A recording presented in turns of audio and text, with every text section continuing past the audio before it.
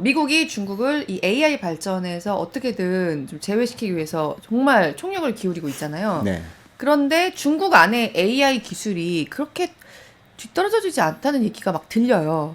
가서 보신 느낌은 어땠는지가 궁금하거든요. 일단은 전반적인 이제 느낌은 네. 저희가 이제 아무래도 언론에서 미중 간에 이제 그런 것들 많이 나오고 이슈가 부각되다 보니까 그리고 또 화웨이도 마찬가지고 우리가 이제 아예 이런 기업들이라든지 중국이 정말 힘들다. 근데 뭐 쉬운 건 아니지만요. 네. 나름대로 활로를 다 찾고 있었다라는 것들 네. 그리고 영업을 나름대로 또 잘하고 있다라는 것들이 이번에 좀 많이 네. 느껴졌었고 투자자 입장에서는 그런 것들을 좀 고려를 해야겠다라는 생각했고요.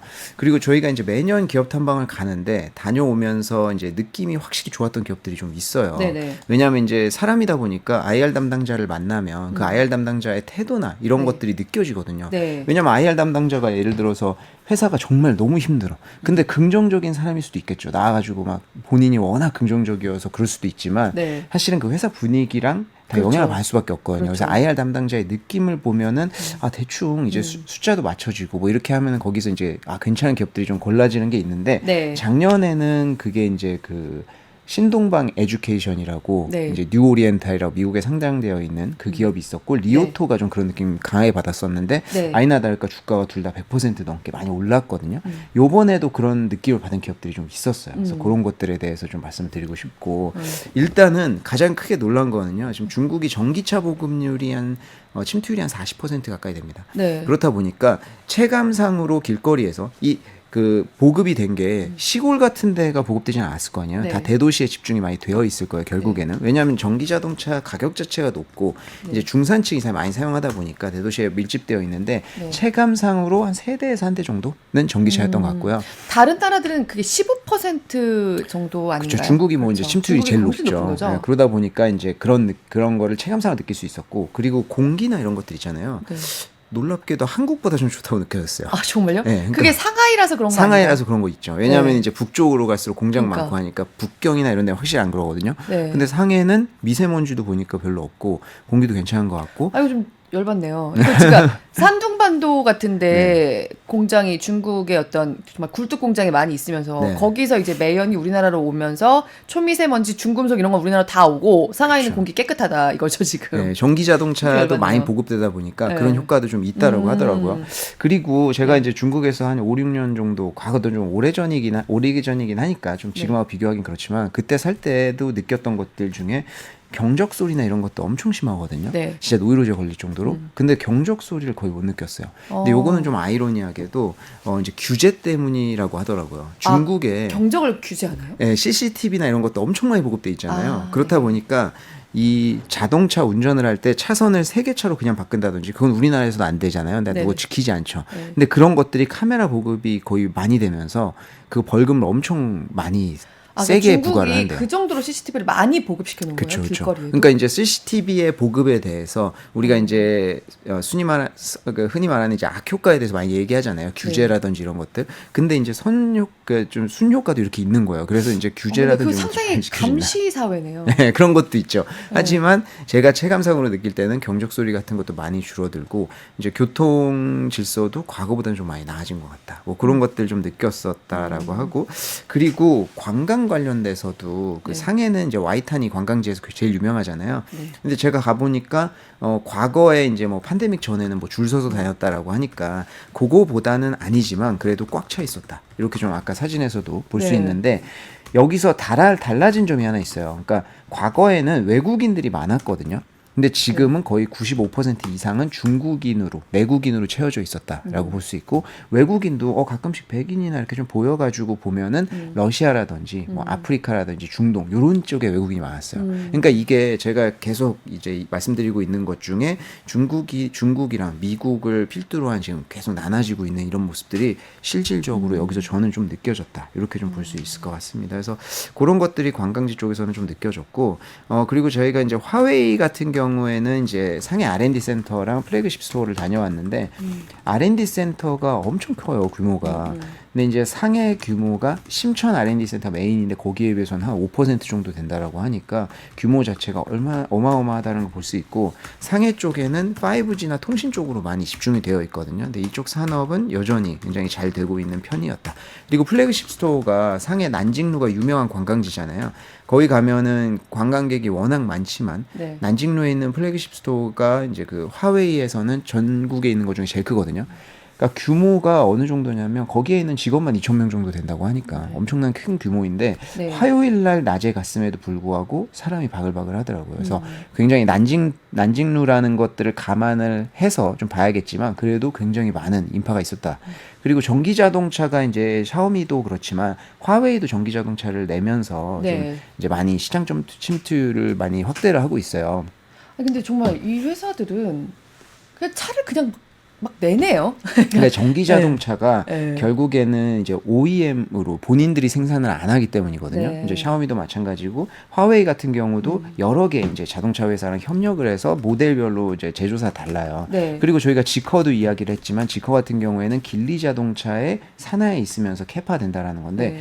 요번에 제가 이제 그 니오 자동차도 타봤고요. 네. 샤오미 자동차도 타봤는데 확실히 느낀 거는 전기 자동차는 이제 그 스펙이라든지 이런 게 중요하지 않은 것 같아요. 그러니까 이제 그 뭐 한 번 충전하면 몇 킬로 가고 뭐 이런 것들 있잖아요. 네네. 그런 스펙들은 테슬라를 필두로 해서 다 비슷해졌어요.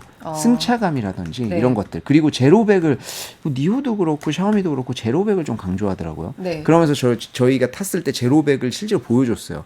근데 제가 뭐 이제 지금 자동차 타면서 내연기관차 타면서 제로백을 눌러본 적이 발라밟아본 적이 없을 거 아니에요. 네. 그래서 그런지 모르겠지만 굉장히 잘 나간다는 느낌. 전기 자동차가 내연차보다 더 잘 나가는 게 있긴 하지만 네. 늘 느꼈고, 샤오미 같은 경우에는 뭐 운전자의 차이도 있겠지만 이 운전자가 엄청 제로백을 강조해가지고 한 번은 세게 밟는데 제가 그 롤러코스터 탈 때 떨어질 때 느낌 있죠. 그걸 제가 네네. 평지에서 처음 느껴봤어요.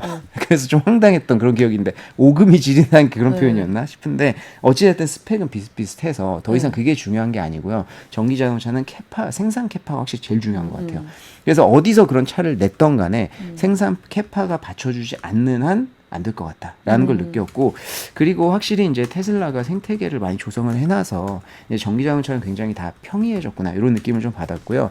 그리고 되게 좀 이색적이었던 거는 화웨이 스토어가 굉장히 많아요. 어디 가든지. 근데 화웨이 스토어에 전기 제품 많이 팔려요. 뭐 그 핸드폰도 있고 뭐 TV도 있고 여러 가지가 있잖아요. 스마트홈 같은 거 다 있거든요. 네. 근데 차가 같이 있으니까 되게 전자제품 매장에 차가 있는 느낌이잖아요. 그래서 애플카가 나왔다면 저런 모습이겠구나 이런 생각이 좀 드는데 네. 그런 것들이 좀 이색적이었고, 그래서 전기차는 확실히 이제 보급이 굉장히 많이 됐고 이제 좀 보편화되어 있구나라는 좀 그런 느낌을 받았습니다. 그리고 근데 사실 이런 얘기를 듣고 있으면 정말 그 일론 머스크로서는 진짜 중국을 포기할 수가 없겠구나. 아무리 그쵸. 미중 갈등이 첨예해진다고 하더라도 어떻게든 중국을 잡아야겠구나라는 게 정말 느껴지거든요. 그쵸. 중국 내에서 근데 테슬라에 대한 이미지라든가 앞으로의 시장 확대 가능성은 좀 어떻게 보이던가요? 중국에서 이제 테슬라는 네. 사실 다른 차들이 내놓으면서 테슬라의 이제 그 매도, 그러니까 어떤 매출이라든지 이런 것들이 좀 잠식이 되는 것들은 있을 것 같기는 한데요. 네. 전기 자동차 중에서는 사실 테슬라의 기술이 제일 뛰어난 건 맞는 것 같아요. 네. 그리고 지금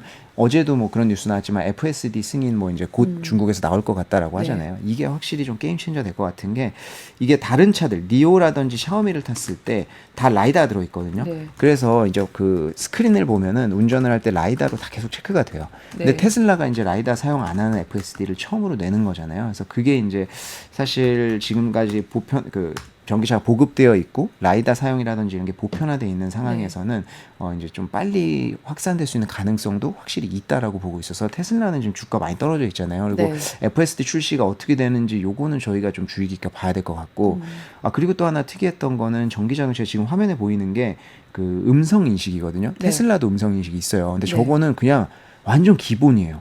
그래서 저희가 생각했던 것보다 엄청 인식 잘 되고, 샤오미는 어느 정도였었냐면 이렇게 5명 타 있잖아요. 그럼 뒤에 가운데 있는 사람이 음성으로 얘기를 하면 대답을 할 때 가운데 있는 사람 그 얘기한 거 말씀해 보세요. 이런 식으로 대답을 해요. 그러니까 정말요? 어디서 그거를 어느 자리에서 얘기했는가까지도 포착이 되더라고요. 그래서 그런 것들이 굉장히 선지가 좀 그러니까 지금 많구나. 뭐 조수석에 앉은 사람이 한 얘기인지, 그렇죠. 뭐 그거를 뒤에 인지를 한가운데 앉은 사람이 한 하더라고요. 얘기인지. 네. 그래서 그런 것들이 굉장히 신기했고요. 근데 전기 자동차는 저희가 이제 중국 전기 자동차 다들 관심 많으실 거예요. 왜냐하면 전기 자동차 관련된 ETF나 이런 것들이 한국에서 많이 판매가 되었고 그쪽에 투자하신 분들이 많으실 텐데 사실상 지금 반토막 나와 있죠. 근데 전기 자동차를 보는 입장에서는 사실 지금 결론부터 말씀드리면 생각보다 빨리 전기자동차의 주가가 올라오기 쉽지 않습니다. 왜냐하면 지금 니오, 샤오미 제가 말씀드린 것 중에 스펙이 다 비슷비슷하다고 했잖아요. 샤오미가 요번에 나오면서 굉장히 잘 팔린 이유는요. 가격대가 가성비가 좋기 때문이에요. 그리고 이제 사실 어찌 보면 포르쉐 같은 디자인들 다 따라했어요. 그 비디오 같은 거 보시면 똑같습니다. 똑같아요. 네. 근데 제네시스도 마찬가지로 포르쉐 디자인 많이 차용했잖아요. 근데 이게 어떤 걸 만들었을 때 이거 그냥 다 가짜다. 그냥 이거 다 따라한 가짜다. 아니면은 따라했지만 살만하다라는 판단 기준은 브랜드에 있거든요. 근데 샤오미의 브랜드가 싼 브랜드지만 결코 굉장히 너무 이제 낙후된 브랜드가 아니에요. 완전히 저렴한 브랜드로 인지가 안 된다는 거예요. 소위 말하는 뭐 쿨한 브랜드라든지 이런 걸로 인지가 되다 보니까 거기에서 디자인을 차용을 했지만 모양이 예쁘고 샤오미라는 브랜드 갖고 있으니까 가성비 대비 팔리는 거거든요. 근데 만약에 우리가 처음 듣도 보도 못한 브랜드가 그렇게 나왔다라고 하면 저거 무슨 아류작이네 이러고 안 샀을 거 아니에요. 그래서 그런 것들이 좀 효과가 있는 거예요. 그래서 그런 식으로 좀 잘 팔리는 거다. 그래서 근데 이제 경쟁이 이렇게 심해지다 보니까 주가가 이제 경쟁이 심화된 상황에서는 급등하기는 쉽지 않을 것 같고요. 다만 중국의 전기 자동차들은 지금 다른 여타 기업과 똑같이 해외 진출에 굉장히 목을 좀 메고 있습니다. 그래서 요번에 1월부터 4월까지 해외 그러니까 자동차 판매량 데이터가 나왔거든요. 전반적으로 보면 한 26에서 7% 정도씩 증가했어요. 그리고 YOY가 전년 대비로요. 그리고 전기 자동차 비중은 한 40% 정도 수출량이요. 근데 요게 재밌는 거는 수출하는 국가들이 바뀌었어요. 과거에는 그렇죠? 유럽으로 수출 제일 많이 됐거든요. 근데 유럽은 좀 줄어들었고요. 유럽 중에서도 러시아가 급부상했습니다. 그래서 최대 수출국으로 러시아가 이번에 처음으로 이제 부상을 했고요. 그리고 브라질이라든지 멕시코 그리고 동남아 지역으로 분산되고 있어요. 근데 이 영향은 뭐냐면 결국에는 미국에도 이번에 이제 그 100%로 관세 인상했잖아요. 유럽도 지금 보조금들 자기네들이 힘드니까 보조금 철폐하고 관세 매기려고 움직임들이 있거든요. 그렇다 보니까 지금 이런 규제 속에서 다른 쪽으로 활로를 찾는 거예요. 그래서 중국 기업들은 아마 이제 향후에는 러시아 그러니까 동맹국이라고 표현하기는 그렇지만 이제 가까운 국가들, 본인들과의 정치적인 입장이 가까운 국가들로 수출을 확대할 수 있는 이런 게 열릴 것 같아요. 그래서 이런 것들이 향후에 어떤 그 상승 요소는 될 수는 있겠다라고 보고 있고요. 지커 같은 경우에도 저희가 한번 소개를 했는데 미국에 상장됐지만 상장할 때 굉장히 큰 인기를 얻었고 상장 첫날도 큰 폭으로 상승했지만 지금 주가는 좀 부진합니다. 근데 지금 단순히 한 달도 안 된 상황에서 판단하기는 좀 쉽지 않지만 앞으로 좀 지켜봐야 되는 그런 흐름이에요. 왜냐하면 중국에 상장된 전기자동차 회사들은 지금 경쟁이 굉장히 심화되어 있어서 이게 주가 상승폭이나 이런 것들이 쉽지 않거든요. 근데 미국에 상장되어 있는 거는 조금 다른 움직임을 볼 수 있기 때문에 요거는 좀 지켜봐야 될 것 같고요. 지금 그럼 뭐 우리는 사실 중국 전기차면 비아디만 주로 얘기를 하는데 가셔서 뭐 화웨이가 내놓는 전기차, 뭐 그 샤오미가 내놓는 전기차 이렇게 쭉 보셨잖아요. 앞으로 이 중에서는 뭐 중국 안에서나 말씀하신 대로 이제 중국의 새로운 수출국들에서나 좀 각광을 받겠다, 좀 클 수 있겠다 싶은 데들은 어디가 좀 인상적이에요? 요번에 타보지는 않았지만 BYD가 조금 지켜봐야 될 것 같은데 역시 BYD인가요? 네, 저희가 갔다 와서 BYD는 워낙 레인지가 넓어요.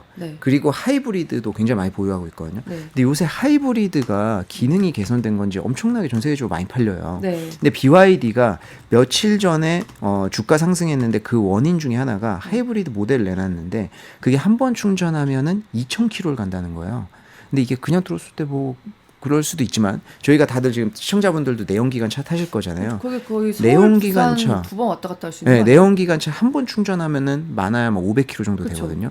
그러면 차마다 다르겠지만 제 차 기준으로 봤을 때 한 20만 원 정도 나와요. 만땅 가득 채우면. 근데 그게 2,000km면 거의 80만 원어치예요. 근데 이걸 한 번 충전하면 갈 수 있다라는 거잖아요. 물론 검증의 단계는 필요하겠지만 본인들이 발표한 스펙대로 나온다라고 하면은 사실 이거는 또 게임 체인저가 될 수 있는 거예요. 지금 전기 자동차 아무리 좋은 배터리라도 한 번 충전됐을 때 가장 이제 멀리 갈 수 있는 800km 정도 되거든요. 네. 그걸 거의 2배 정도 넘어버린 거라서 요거는 좀 지켜봐야 될 것 같습니다. 이런 스펙이 진짜로 실현화가 될 수 있다라고 하면은 그거는 또 다른 게임 체인저가 될 수 있을 것 같아요. 요거는 타보신 건 아닌 거고요. 네, BYD는 사실 근데 가서 뭐 우버 같은 거 있죠.滴滴 슈싱 같은 우버 같은 시스템 네. 부르면 BYD 많이 오거든요. 근데 네. BYD는 레인지가 너무 넓어서 한두 개 타보고 평가하기 힘들어요. 왜냐하면 저렴한 모델들은 진짜 많이 저렴해요. 타봐도. 1,300만 원. 네, 근데 이제 그 또 고급 모델로 가면은 그건 또 다른 얘기여가지고 레인지가 확실히 좀 다릅니다. 근데 수출하는 입장에서는 BYD가 제일 유리하죠. 왜냐하면 이제 동남아나 이런 데로 진출을 할 때 저렴한 차들을 수출할 수 있기 때문에. 네. 지금 중국 안에서 그야말로 그 안에서도 이제 전기차 각축전이 벌어지고 있지만 테슬라의 FSD가 진짜로 승인이 된다고 하면 사용 승인이 된다고 하면 그거는 중국 내에서도 좀 게임 체인저가 될 수 있을 것 같다. 네. 네, 근데 이렇게 미중 갈등이 격화되고 있는데 중국이 테슬라가 아무리 가서 일론 머스크가 아무리 가서 열심히 노력했다고 한들 사실 진짜 완전히 이거를 풀어줄 것인가는 아직 조금 의구심이 남아있긴 한데 그렇다고 그쵸. 하더라도 쓸 수 있다고 하면 중국 내에서도 게임 체인저로 좀 작용할 수 있을 것 같다는 말씀을 좀 해주셨고요. 그 외에는 지금 BYD에서 내놓은 하이브리드 차 같은 경우에 사실 이게 굉장히 화제가 됐잖아요. 네. 주행거리가 저 정도까지 나온다고? 만약에 저게 정말 그렇다고 이렇게 입증이 되면 저것도 또 지켜봐야 될 요소 중에 하나가 될 거다.